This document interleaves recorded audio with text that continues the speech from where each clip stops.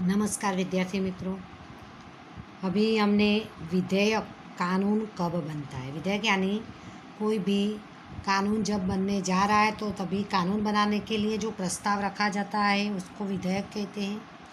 और वो विधेयक 3 वाचन में से पास होने के बाद कानून बनता है। वो प्रक्रिया सारी हमने देखी। अभी हम देखेंगे कि कानून जो बनते हैं जिसका हम भी फॉलो करते हैं, हमारे रोज़ बरोज के जीवन में उपयोग भी हम उसका पालन करते हैं। हम नहीं पालन करते तो उसके लिए हमें सज़ा या दंड स्वीकारना पड़ता है। तो वो कानून 3 प्रकार के होते हैं, वो हमने पहले देखे। एक तो सामान्य कानून होते हैं, दूसरा वित्तीय संबंधी करेंसी से रिलेटिव कानून होता है, और तीसरा संविधान में संशोधन से रिलेटिव कानून होते हैं। तो एक तीनों प्रकार के जो कानून हैं उसमें किस प्रकार से मान्यता मिलती है और तभी वो विधेयक कानून बनता है, उसके बारे में हम देखेंगे। तो जब संविधान में सुधार से संबंधित विधेयक हो तभी उसको संसद में प्रस्तुत किया जाता है। तब संसद के दोनों सदनों में कुल सदस्यों की बहुमति या उपस्थित तथा मतदान में भाग लेने वाले 2/3 सदस्यों की बहुमति आवश्यक होती है। अभी मानो कि संविधान हमारा हमने 1950 से लागू हुआ है, तभी उसमें जो नीति नियम है तो हमने 8वें चैप्टर में पढ़ चुके कि समय के अनुसार नीति नियम में परिवर्तन भी जरूरी होता है। तो वो परिवर्तन करने के लिए जब प्रस्ताव रखा जाता है तो वो विधेयक है, और वो विधेयक को दोनों सदन में प्रस्तुत किया जाता है। बाद में दोनों सदन में या उसकी बहुमति यानी ज़्यादा सदस्य उसको स्वीकार करते हैं तो सुधार किया जाता है, या जो सदन में उपस्थित सदस्य हैं उनमें से मतदान करवाया जाता है, और मतदान में 2/3 सदस्यों की बहुमति अगर मिले तो ये संविधान का में जो फेरफार करना होता है, सुधार करने वाला जो कानून होता है वो बनता है। केंद्र तथा राज्य, केंद्र यानी भारत सरकार, संघ सरकार, और राज्य यानी हर एक राज्य की अपने अपने राज्य की सरकार के संदर्भ में संविधान में सुधार के लिए संसद के दोनों सदनों के आधे से अधिक सदस्यों की सहमति के साथ राज्यों के 50% विधानमंडलों की स्वीकृति भी आवश्यक है। अभी केंद्र में हमने देखा कि 2/3 सदस्यों की बहुमति होनी चाहिए। उसके अलावा दूसरा ऑप्शन ये है कि संसद के दोनों सदनों में जो सदस्य है आधे से अधिक सदस्यों की सहमति हो। मानो कि 545 उसके लोकसभा के, तो उसके आधे होंगे 545 के आधे होंगे 275, और राज्यसभा के 250 है तो उसके आधे होंगे 125। तो इतने सदस्यों की अगर बहुमति हो, प्लस हर एक राज्य का जो विधानमंडल है, विधान परिषद है, उसके 50% सदस्यों की स्वीकृति भी जरूरी है। ये संविधान में सुधार संबंधी विधेयक को कानून बनाने में। और सामान्य विधेयक की तरह यह विधेयक भी विविध चरणों से गुजरता है। हमने देखा कि सामान्य विधेयक भी ये 3 वाचनों में से पसार होता है, उसी तरह ये वित्तीय संबंधी विधान भी ये तीनों वाचन में से पसार होता है। अभी हम देखेंगे, ये देखा हमने कानून, संविधान संबंधित कानून देखा। अभी दूसरा देखेंगे वित्तीय संबंधी कानून जो बनता है उसके लिए कौन सी प्रोसेस है। तो कोई भी विधेयक वित्त विधेयक हो, वित्त विधेयक यानी पैसों से रिलेटेड, हम सब देखते कि एकदम से हमने देखा कि 2 साल पहले नोटबंदी हो गई, या जो चलन में सारी मुद्राएं थी, 10 की नोट है, 50 की है, 100 की है, 500 की है, वो 2000 की, वो मतलब नोट करेंसी है वो भी एकदम से बदल गई। तो ये वित्तीय संबंधी कानून हुआ। तो ऐसा जब कानून बनने जाता है तो कोई भी विधेयक, वित्त विधेयक हो या नहीं, यह निर्णय कौन करता है? लोकसभा के अध्यक्ष करते हैं। यानी अभी हमारे लोकसभा के अध्यक्ष सुमित्रा महाजन पंत है। तो पहले जो विधेयक संसद में पास होता है, लोकसभा में जब उसको रखा जाता है तभी वो तय करते कि ये वित्त संबंधी या सामान्य विधेयक है। बजट से संबंधित तथा वित्तीय व्यवस्थाओं से संबंधित विधेयक को वित्तीय विधेयक कहा जाता है। बजट से संबंधित, अगर आपने बजट सत्र देखा हो, मार्च महीने में बजट रजू होता है, तभी न्यूज़पेपर वगैरह में बजट पत्र के न्यूज होती है, जैसे कि चीज़ वस्तुओं के दाम, किस में टैक्स ज़्यादा लगाए, किस में कम लगाए, वो सारी चीज़ें उसी में बताई जाती है, उसको बजट बोलते हैं। बजट में जो वित्त मंत्री होते हैं वो पूरे साल का आवक और खर्च बताते हैं। तो और बजट से संबंधित हो और वित्त से संबंधित जो दरखास्त हो, विधेयक हो, उसको वित्तीय विधेयक कहते हैं।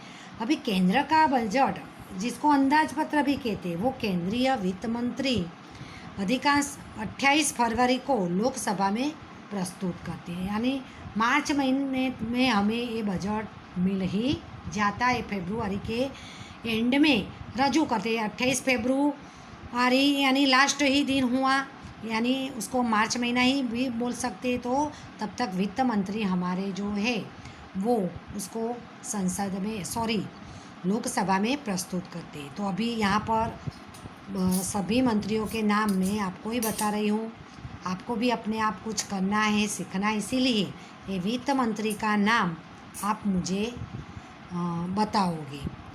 मुझे व्हाट्सअप भी आप कर सकते कि हमारे वित्त मंत्री, ऐसे सारे मंत्रियों की लिस्ट आप बना लेना। हमारे प्रधानमंत्री, राष्ट्रपति, उपराष्ट्रपति, लोकसभा के स्पीकर, राज्यसभा के स्पीकर और शिक्षा मंत्री, वित्त मंत्री, मानव संसाधन मंत्री, सारे मंत्री की लिस्ट आपको गूगल पर से मिल ही जाएगी। और वो लिस्ट बनाकर आपको होमवर्क में मुझे भेजना है, ये आपका काम है। सभी वित्तीय विधेयक सबसे पहले लोकसभा में ही प्रस्तुत किया, यानी पैसों से रिलेटिव विधेयक को सबसे पहले लोकसभा में ही प्रस्तुत किया जाता है। और वो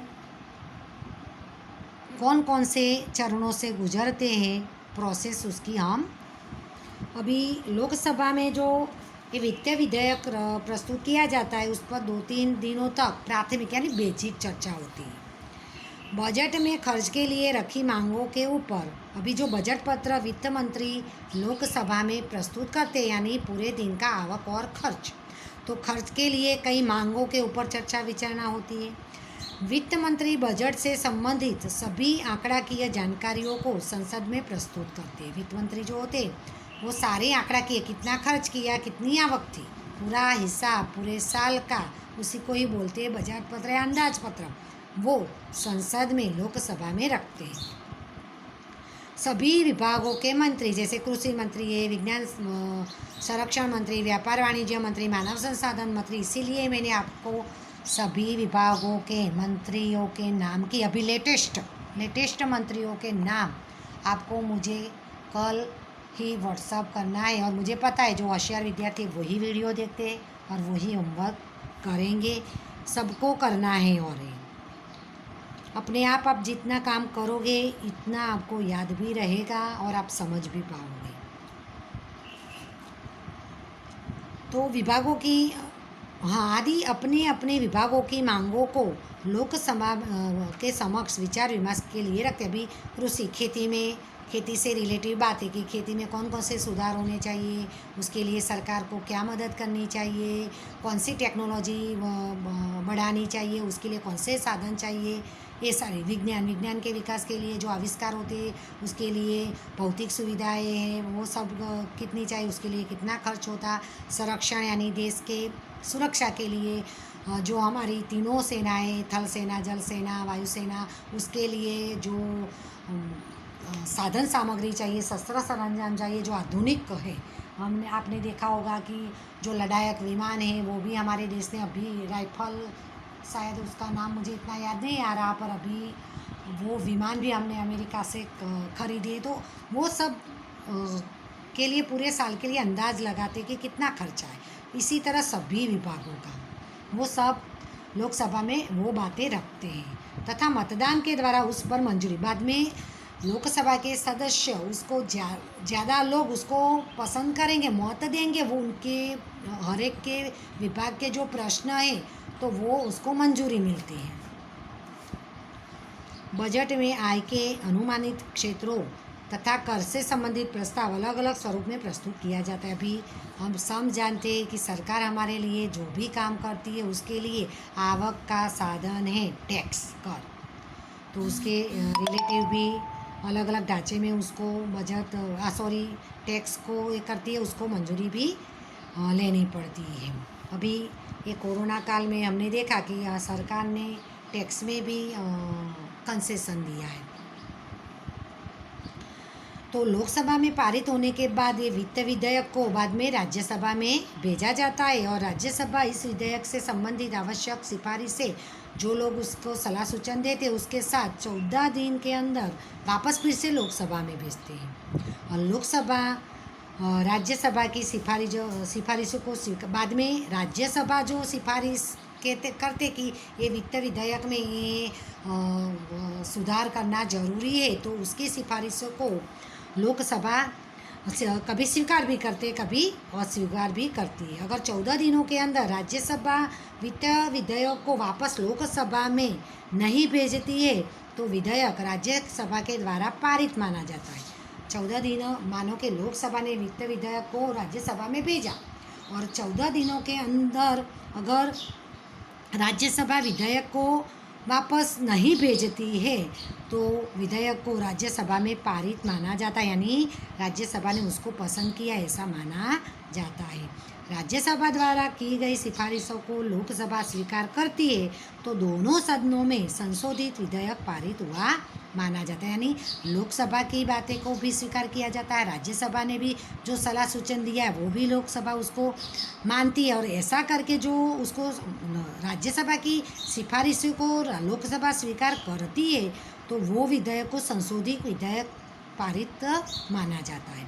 लेकिन राज्यसभा की सिफारिशों को लोकसभा अस्वीकार करती है तो लोकसभा में मूल स्वरूप में ही पारित विधेयक दोनों सदनों में पारित माना जाता है, यानी लोकसभा ने जिस तरह वो विधेयक को बनाया है वो उसको मूल स्वरूप में ही माना जाता है, क्योंकि उस पर राज्यसभा के कोई भी सुझाव को लोकसभा स्वीकार नहीं करती है और तो मूल स्वरूप में ही उसको दोनों सदनों में पारित माना जाता है। इस प्रकार वित्तीय मामलों में राज्यसभा की सत्ता लोकसभा की तुलना में कम है।